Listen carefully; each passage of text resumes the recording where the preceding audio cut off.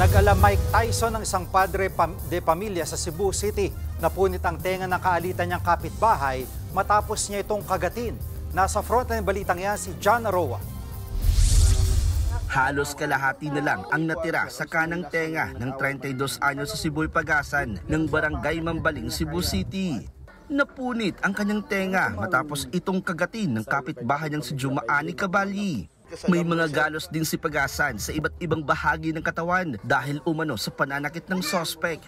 Base sa investigasyon, nagsimula lang ang alitan ng dalawa sa away bata.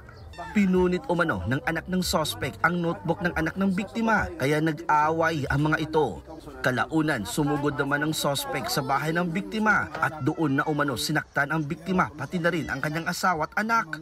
Gumanti naman ang suntok si Pagasan at sa kalagitnaan ng kanilang pagtatalo ay kinagat na siya ng sospek sa tenga.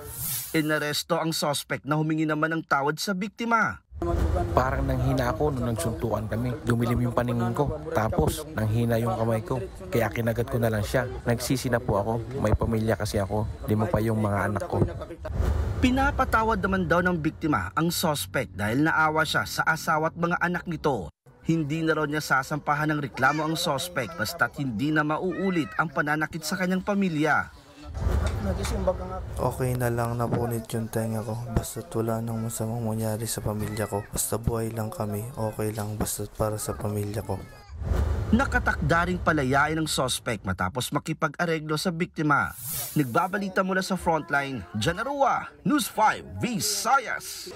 Mga kapatid, Jiggy Manikad po, iba na ang may alam at may pakialam sa panahon ngayon.